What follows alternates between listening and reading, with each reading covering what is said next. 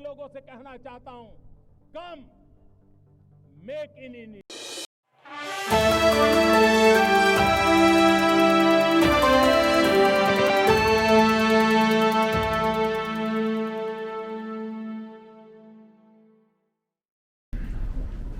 धन्यवाद भाई।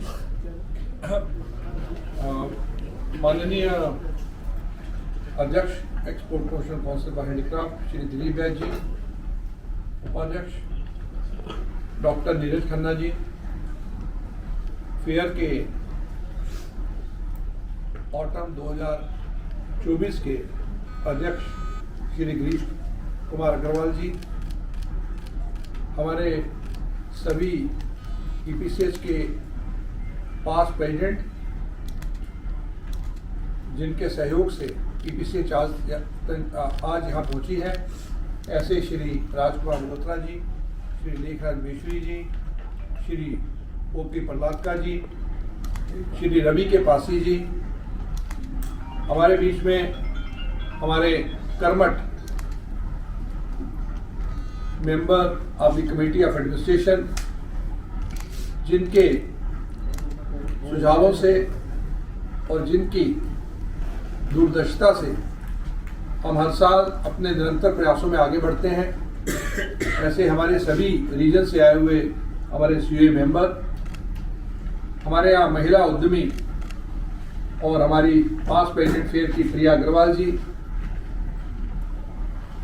हमारे श्री नजमुल इस्लाम जी, जो न केवल फेयर में निर्यात को बढ़ावा देते हैं बल्कि हमारे हैंडीक्राफ्ट के रीढ़ की हड्डी जो आर्टिसन हैं उनके साथ मिलकर के उनके लिए सीएसआर और दूसरे काम लगातार करते हैं। हमारी सबसे सशक्त ईपीसीएच की टीम, जिसका नेतृत्व श्री आर.के. वर्मा जी बरसों से कर रहे हैं और उसको आगे लेकर के बढ़ रहे हैं, उनके साथ ही राजेश रावत जी और ऐसी पूरी टीम, आप सबके सहयोग से हर वर्ष हम लोग यहाँ अपने कामों को दिखाते हैं, जिसे आप दूर दूर तक देश और विदेश तक हमारी बात को पहुंचाते हैं। हस्तशिल्प निर्यात वास्तव में और हस्तशिल्प का क्षेत्र वास्तव में एक बहुत ही अनूठा क्षेत्र है। ये सबसे अधिक इम्पोर्टेंट इस मात्र है कि देश में एग्रीकल्चर के बाद अगर अपने आप में सबसे बड़ा कोई सेक्टर रोजगार देता है जिसमें कि बिना पूंजी के कोई रोजगार शुरू किया जा सकता है, वो हस्तशिल्प है। ऐसे में देश में 70 लाख ऐसे कारीगर और वीवर इस क्षेत्र में हमारे साथ जुड़े हैं और जिनमें से अधिकांश स्मॉल एंड वीकर सेक्शन से आते हैं। 47% से अधिक इसमें महिला उद्यमी हैं। ऐसे सभी लोग दूर दराज क्षेत्रों में, चाहे वो हमारे देश के डेजर्ट हों, चाहे वो हमारे 11 हिमालयन स्टेट्स हों, चाहे वो हमारे यहाँ सीमावर्ती इलाके जैसे भारत का पहला गांव, पहले हम उसको कहते थे अंतिम गांव, पहला गांव माना हो, तो ऐसे सभी क्षेत्रों में हमारे हस्तशिल्प के कारीगर वहां काम कर रहे हैं। आप जिन प्रोडक्ट को यहाँ देख रहे हैं, वास्तव में वो 70 लाख आर्टिसंस के द्वारा किया गया प्रयास, उसका फॉरवर्ड लिंकेज है। तो हमारा बैकवर्ड इंटीग्रेशन जो है वो देहात में, वो छोटी छोटी जगहों में है, हम उसको आगे लेकर के आते हैं ताकि ग्लोबल मार्केट तक हम वहां पहुंचे। और उसको लाने में हमारे निर्यातकों का, हमारे एग्जीबिटर्स का एक वास्तव में बहुत बड़ा हाथ रहा है। और मैं समझता हूं कि उनके इन प्रयासों से, उनके उद्यमी होने से हम लोग पूरे विश्व में मिट्टी को सोना बना रहे हैं। यानी कि अगर मैं एक उदाहरण दूं, मेरे साथ बैठे हुए हमारे दिलीप बैद जी चेयरमैन, आप वास्तव में ही मिट्टी का प्रोडक्ट बनाते हैं, आप क्ले से बना हुआ आइटम बनाते हैं और जो विदेशों में $10 से लेकर के $200 तक बिकता है। पूरा क्ले का आइटम बनाते हैं, तो हम मिट्टी से सोना बना रहे हैं। ऐसे ही हमारे जितने भी यहाँ आप देख रहे हैं, जितने हमारे जेम्स हैं, जितने हमारे रत्न हैं, वो 18-20 नहीं, हम ऐसे करीब यहाँ 25 रत्न लेके आए हैं, लेकिन इसके अलावा हमारे 3200 रत्न जो है वो अंदर हमारे बिखरे हुए हैं। तो वो पूरे विश्व में हम ग्लोबल मार्केट को यहीं से हैंडल कर रहे हैं। अभी इंटरनेशनल ट्रेड एक अपनी नए मोड़ की तरफ है। आज इंटरनेशनल ट्रेड इतना सीधा नहीं है जितना हम पूर्व में इसके साथ काम कर रहे थे। अभी विश्व पूरी मंदी की तरफ छाया हुआ है। हमारी दो मेजर मार्केट, एक यूरोप और दूसरी यूएस, दोनों में मंदी है। इसके अलग अलग कारण हो सकते हैं। पहला कारण तो यूक्रेन और रशिया की लड़ाई थी, जो अभी तक खत्म नहीं हुई, कुछ थमी है, लेकिन वो थमने से पहले इजराइल और पूरा मिडल ईस्ट संकट में आ गया, और इसके चलते हम हर रोज ये सुनने में आता है कि शायद कहीं वर्ल्ड वार की स्थिति न पैदा हो। तो ऐसे में पूरी तरह से हम मंदी के दौर से गुजर रहे हैं। इससे बड़ी मंदी यूएस में है, जिसका कारण हो सकता है, लोग कहते हैं कि वहां इलेक्शन होने वाला है, शायद ऐसा उसका कारण है। ऐसे मंदी के समय में आप देख रहे होंगे, फेयर में जब आप एंटर किए होंगे, तो पिछले सालों से बिल्कुल इसका रूप और निखार पूरा हमारी कमेटी ने उसका बिल्कुल डिफरेंट बनाया है। उसका रीजन ये है कि हम उस फिलॉसफी में बिलीव करते हैं कि अगर हम मंदी के साथ में अपने आप को मंद कर देंगे तो हम खत्म हो जाएंगे। लेकिन आप अगर मंदी के दौर में भी ये बताएंगे कि नहीं, हम जो बेच रहे हैं ये पूरे वर्ल्ड में बिक रहा है, इसीलिए हम स्वस्थ हैं, इसीलिए हम वास्तव में हमारा प्रोडक्ट बिकता है। कभी आप किसी अमेरिकन किसी सेल्समैन के पास जाइए, कभी उसके बूथ पे जाइए, तो अमेरिकन से कभी आप पूछिए, उनके स्टोर में जाएं कि हाउस द बिजनेस, तो उसका जवाब होगा, it's really, I am really doing very well, it's doing excellent. तो मैंने एक बार किसी अमेरिकन से पूछा, क्योंकि उसका मेरा मित्र था, तो मैंने पूछा, यार वास्तव में तो तेरा धंधा इस टाइम पर पूरा बैठा हुआ है। कहता जी, if I will tell my customer I am doing very well, then he will buy, then he will understand, okay भाई ये मेरा माल बिकता है, because I am doing very well. If I will say no, business is slow, then he will understand कि साहब तेरा माल तो बिकता नहीं है, इसलिए business is slow. तो जो दिखता है वो बिकता है, और बेचने वाला ये कहता है कि मेरा माल बिक रहा है तो ही बिकता है। तो हम उस विचार के साथ इस फेयर को एक बड़ी भूमिका के तौर पर ला रहे हैं। हमारे जावेद भाई ने कहा, नया प्रोडक्ट, हम नया क्या ला रहे हैं। हम लोग उन देहातों में जा रहे हैं। अभी ईपीसीएस ने हाल ही में अपना पटना में ऑफिस खोला है, पर अभी तक बिहार को हमने टच नहीं किया था, और हमें लगने लगा कि ऐसे बहुत से प्रोडक्ट हैं जो बहुत से अंदर के एरिया में रखे हैं। राजेश जैन जी ने वहाँ गिरिराज सिंह जी को एक मीटिंग में कमिटमेंट दी कि 1 लाख पीसेज मैं आपके यहाँ से हर महीने लूंगा, और उस पर काम कर रहे हैं। इनकी सप्लाई शुरू हो चुकी है। तो बिहार से जो चटाई और जो वहाँ का नॉर्मल प्रोडक्ट है, जिसको लोग कूड़े में फेंक देते थे, उस रॉ मटेरियल से वहाँ प्रोडक्ट बनवा करके यहाँ ला रहे हैं, सस्टेनेबिलिटी का। तो बेसिकली हम लोग उन क्षेत्रों से जुड़े हैं जहां पर रॉ मटेरियल इज इमटेरियल, यानी कि रॉ मटेरियल की कोई कीमत नहीं है। हम कबाड़ से जुगाड़ बनाते हैं। हमारे अंदर आप जाएंगे, हॉल नंबर 14-15 में बंसरा बेती जी के पहले वाले बूथ देखेंगे, इस साल तो नहीं है, तो बाकी जगह देखेंगे, तो वहां पर हमारे बहुत से लोग हैं जो वास्तव में कबाड़ से जुगाड़ बना रहे हैं, जिसे हम सस्टेनेबिलिटी आज के दिनों में कहते हैं, लेकिन वास्तव में हम लोग कबाड़ से जुगाड़ बना रहे हैं। तो हम उस क्षेत्र से काम कर रहे हैं, और समय समय पर दूसरे लोगों की तरह हमारी भी तकलीफें हैं, हमारे क्षेत्र की भी तकलीफें हैं, जिसे हम आपके मुख से उजागर भी करते हैं और करते रहेंगे। उनमें से एक यूडीआर की तकलीफ बताई गई, जिसको बैठ के हमारे चेयरमैन कभी आपके साथ 1-to-1 गुफ्तगू में आपको साझा करेंगे।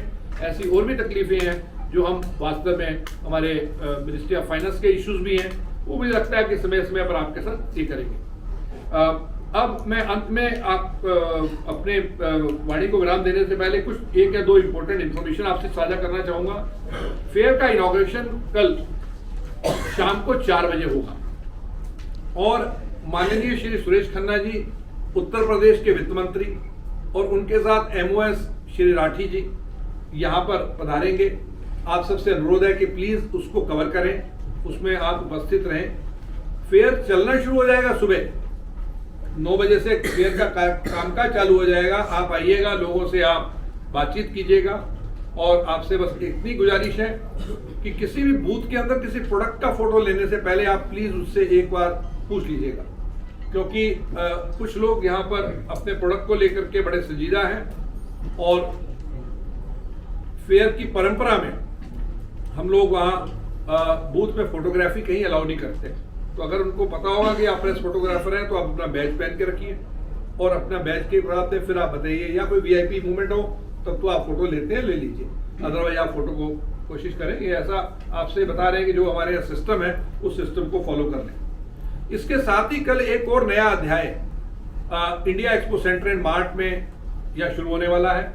आप लोग हमेशा इस संस्थान को अपना आशीर्वाद देते रहे हैं, जहां चाहे तो माननीय प्रधानमंत्री जी का कार्यक्रम हो, अभी एक माह के अंतराल में ही आपने देखा कि यहाँ माननीय प्रधानमंत्री जी, भारत के उपराष्ट्रपति जी, माननीय मुख्यमंत्री जी, इसके अलावा कम से कम 1 दर्जन से अधिक देश के कैबिनेट मिनिस्टर, सब लोग यहाँ अलग अलग कार्यक्रमों में आते रहे हैं और आगे भी आते रहे हैं। पीछे उससे पहले पूर्व में भी आते रहे और आगे भी आते रहेंगे। आपसे अनुरोध है कि यहाँ पर एक और जो नया कार्यक्रम शुरू होने वाला है वो होने वाला है cash and carry, B2B cash and carry, जो देश में पहला प्रयोग हम शुरू कर रहे हैं एज ए पायलट प्रोजेक्ट। वो हम कल ही 4 बजे उसका इनॉग्रेशन भी माननीय सुरेश खन्ना जी के हाथों से हम 3री मंजिल पर एक्सपो मार्ट की बिल्डिंग में सबसे ऊपर लास्ट में वहां हम उसकी करवाएंगे। आप उसमें भी पधारें, उसको देखें। वास्तव में वो इसलिए है कि हमारे बहुत से निर्यातक यहाँ लोकल सेल डोमेस्टिक नहीं करते हैं। हम उनको तैयार कर रहे हैं कि आप डोमेस्टिक मार्केट में आएँ, इसको शुरुआत करें।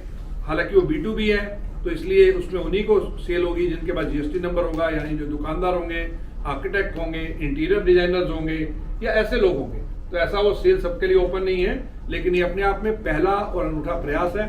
आज से करीब 20 साल पहले कभी मेट्रो ने प्रयास शुरू किया था, लेकिन उसके बाद जो बंद हो गया था। तो होम सेक्टर में हम लोग पहले ऐसे हैं जो इसमें काम करने जा रहे हैं और ये वहाँ हमारी शुरुआत है। इसके होने के बाद, इसके ये पायलट प्रोजेक्ट होने के बाद होपफुली फॉर एक बड़े लेवल पर एक बड़ी नंबर्स को लाने वाले हैं और इसमें कंप्लीट मार्ट अपने आप में कैश एंड कैरी मार्ट बनाने की हम लोगों की व्यवस्था है। ये हमारा दूसरा काम है। तो आपसे कल 4 बजे के लिए रिक्वेस्ट है। हमारे यहाँ बहुत से मेजर बायर्स यहाँ आ रहे हैं जो पूरे विश्व के सबसे बड़े बायर हैं। इनमें टमारा है जो क्रिएटिव कूप से हैं। इसके अतिरिक्त मुझे अभी श्री मल्होत्रा जी ने बताया कि TJX की बहुत बड़ी टीम आ रही है। नेक्स्ट रिटेल UK के नाम से बहुत बड़ी कंपनीज आ रही हैं। फोशिनी ग्रुप है साउथ अफ्रीका का, वो आ रहा है। फ्रैंक जापान आ रहा है। लिवरपूल मैक्सिको आ रहा है। TJX USA, TJX UK दोनों आ रहे हैं। वुलवर्थ आ रहा है। और आपने मुझे बताया कि ऐसे और एशले और दूसरे ऐसे बड़े बायर यहाँ पर आ रहे हैं और वो सब की क्वांटिटी जो है नॉर्मली हमेशा 200 कंटेनर, 100 कंटेनर, 50 कंटेनर, 1000 ऐसे उनकी व्यवस्था रहती है। तो मैं समझता हूँ कि ये अपने आप में फेयर एक बहुत अधिक सक्सेसफुल होने वाला है। आपसे एक अनुरोध हो रहा है कि फेयर में हम लोग अलग अलग तरह से फंक्शन करेंगे, कुछ सेमिनार करेंगे, कुछ अवार्ड्स करेंगे। आप उनको भी कवर करें और उन सबके भी हौसला अफजाई करें। तो इसके साथ ही मैं अपनी वाणी को विराम देता हूँ। आपका यहाँ हमारे बीच में रहना बहुत बहुत धन्यवाद। बाकी वर्मा जी कार्यक्रम को आगे बढ़ाएं। धन्यवाद। Thank you. हम लोग अक्टूबर फेयर के तुरंत बाद 3.5 महीने में दूसरा फेयर फरवरी में कर लेते थे और फरवरी में फेयर होने की वजह से फरवरी फेयर हमारा थोड़ा ढीला हो जाता था और अक्टूबर फेयर की डेट्स हैं जो हमारी चाइना में जो गैंगजोउ शो होता है उसके साथ थी। 19 को जब यहाँ 20 को फेयर खत्म हो रहा है तो चाइना 21 तारीख से चालू हो रहा है, तो हमने ऐसा ओवरलैप किए थे। इस बार फेयर की मैनेजमेंट कमेटी ने, खासतौर पे हमारे चेयरमैन साहब, वाइस चेयरमैन साहब और हमारे वर्मा जी ने ये तय किया है सभी ने कि फरवरी के फेयर को शिफ्ट करके अप्रैल में किया जाए और वहाँ गैंगजोउ शो 2 बार होता है, अक्टूबर और अप्रैल। तो दूसरा शो उनका अप्रैल में होता है। तो ऐसे ही जैसे फेयर की डेट्स हैं वैसे ही वहाँ 16 से 19 अप्रैल में हमारी फेयर की डेट्स रहेंगी, जिसको आप प्लीज सब जगह आप प्रचारित करें। और वो डेट्स जो हैं शुरुआत है, हो सकता है सबसे बड़ी बात है कि 6 महीने का गैप होगा। 3.5 महीने के गैप में लोग सैंपल द्वारा बनाने में लोगों को तकलीफ होती है, उनको समझ आता है कि कल तो मैंने बनाया, अब दोबारा से कौन सा सैंपल एकदम से दे दूं। बायर भी कई यार एकदम से 3.5 महीने में नहीं आना चाहते, तो फिलहाल 6 महीने का उनको गैप है।